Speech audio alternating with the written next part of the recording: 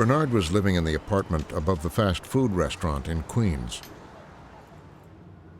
He had been alone for 2 months and feeling isolated before Nestor arrived. But their pairing was short-lived, only 16 days.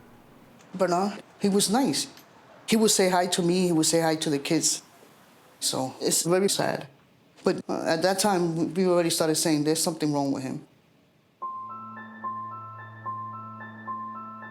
He would come out, knock on the door in underwears, try to sell you the grocery, ask you for change all day. And he was becoming worse. And like 2 days before, he kept banging harder and harder, doing it more and more.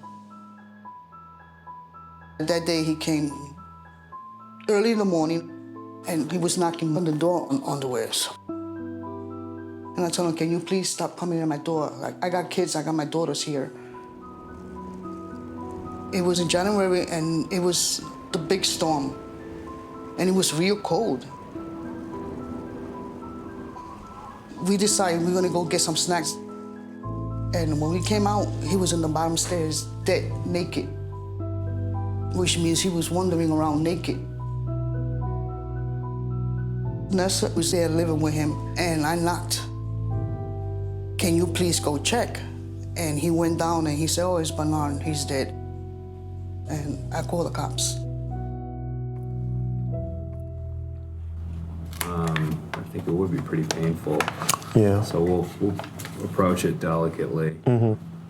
All right, you ready for this?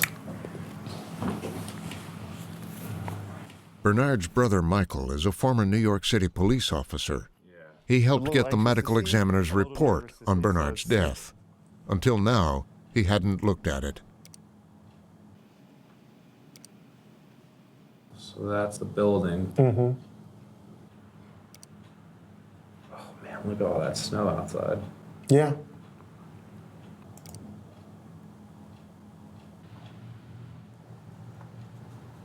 Sure you want to see all this? I'm good.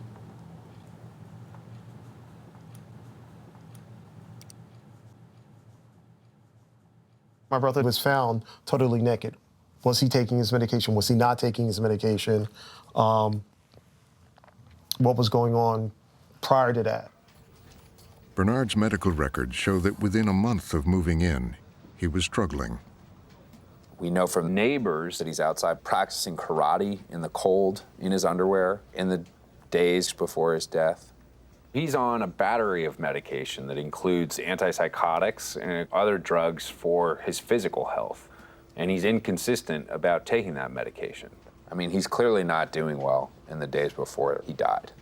This progress notes from January 22nd, his ICL caseworker shows up to check out his apartment, sees that he's not there, and leaves. Later that day, a caseworker from the other nonprofit saw him for 15 minutes to check that he had his medicine. 2 days later, Bernard was dead.